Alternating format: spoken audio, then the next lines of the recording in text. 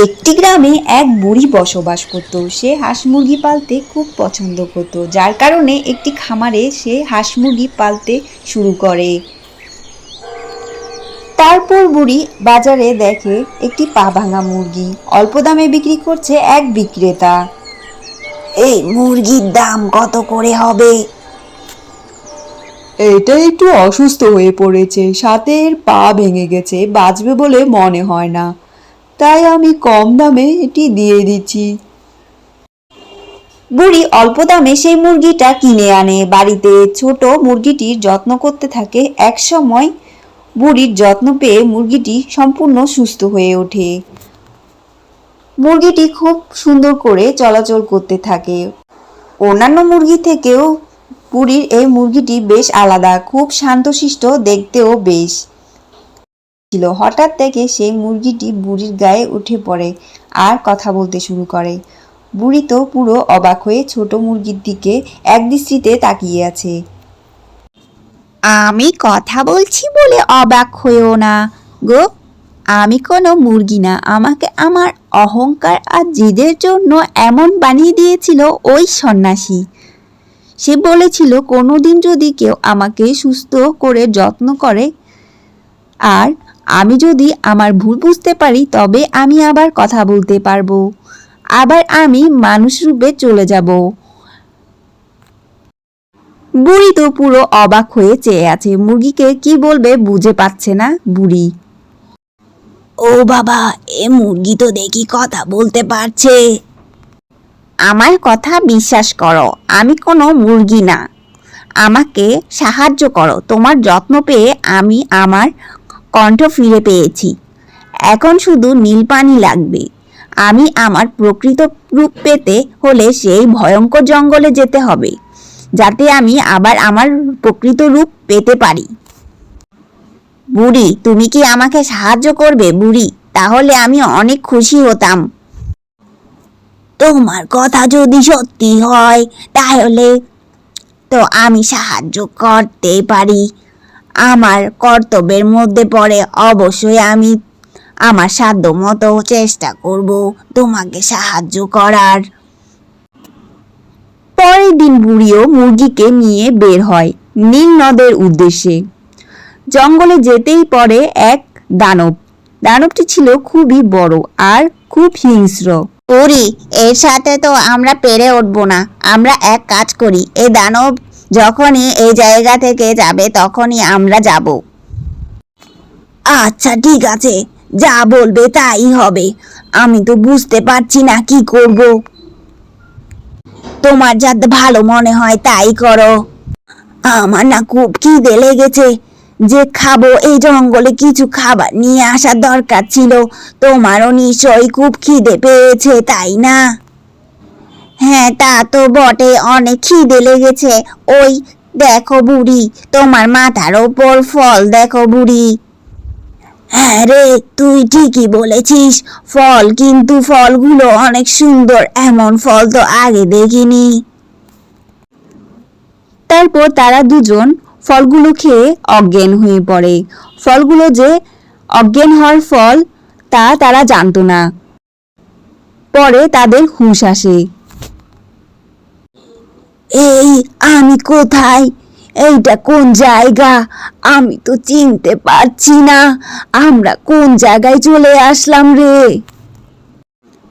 আমিও তো চিনতে পারছি না বুড়ি, এটা আবার কোন জায়গা? আমি তোমাদের নিয়ে এসেছি। আসলে জঙ্গলটা যতটা সহজ মনে করছো অতটাও সহজ না, এখানে অনেক বিপদ বিরাজ করছে, তাই তোমাদের আমি আমার বাসায় নিয়ে এনেছি। এইটা বুঝি বাসা? আমি তো ভাবলাম এটা জঙ্গল।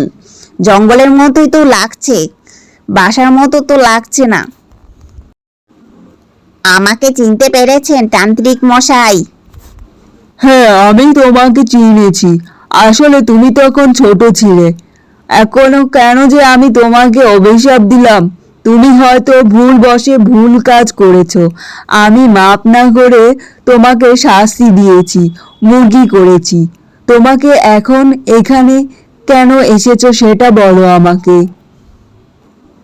ওই নীল নদের পানি নিতে এসেছি, সাথে এই বুড়িও আমাকে সাহায্য করবে বলে এসেছে।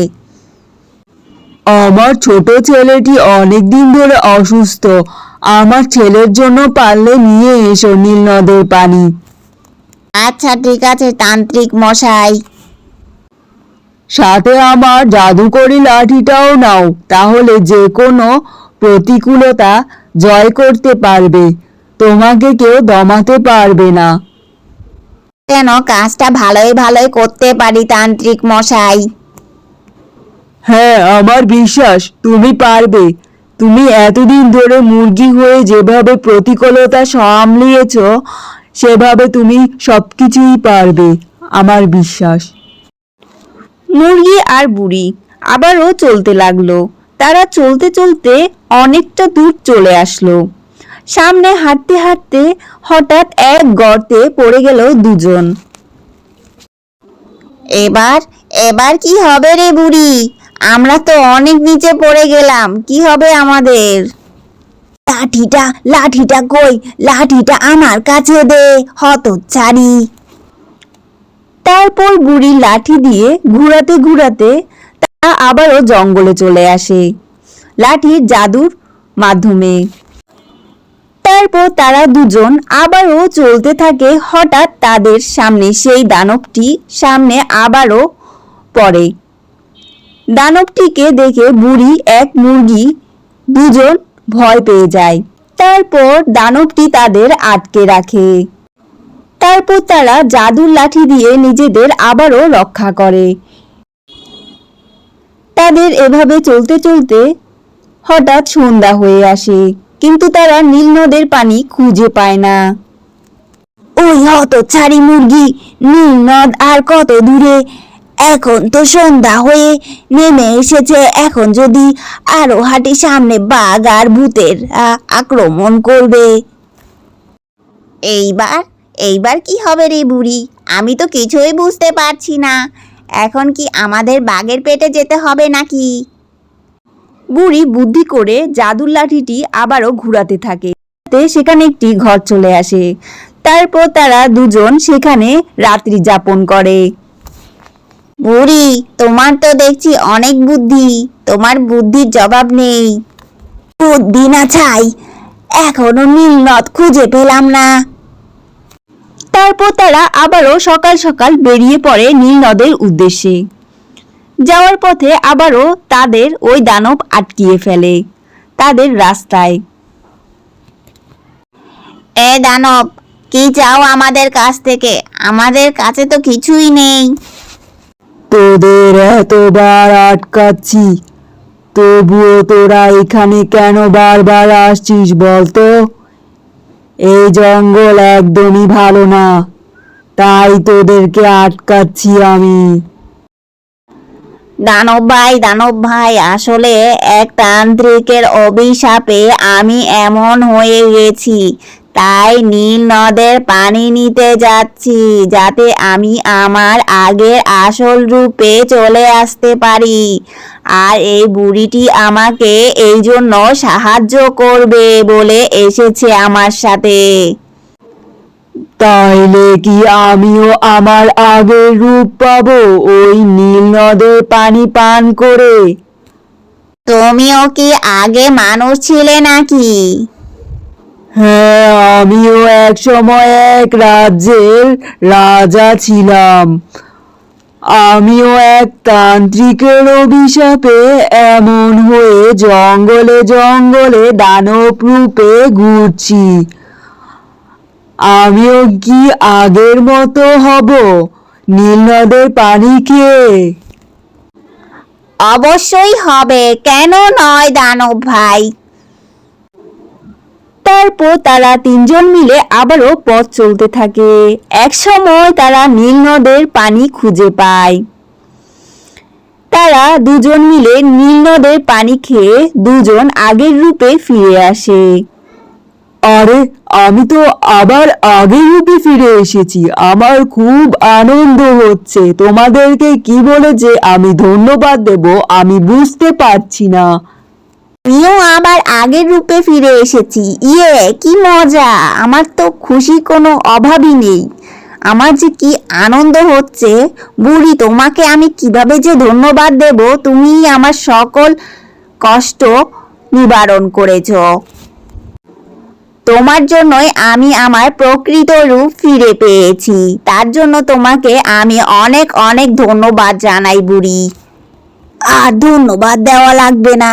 তোরা দুজন যে আবার আগের মতো আগের রূপ পেয়েছিস, এটাতে আমি খুশি।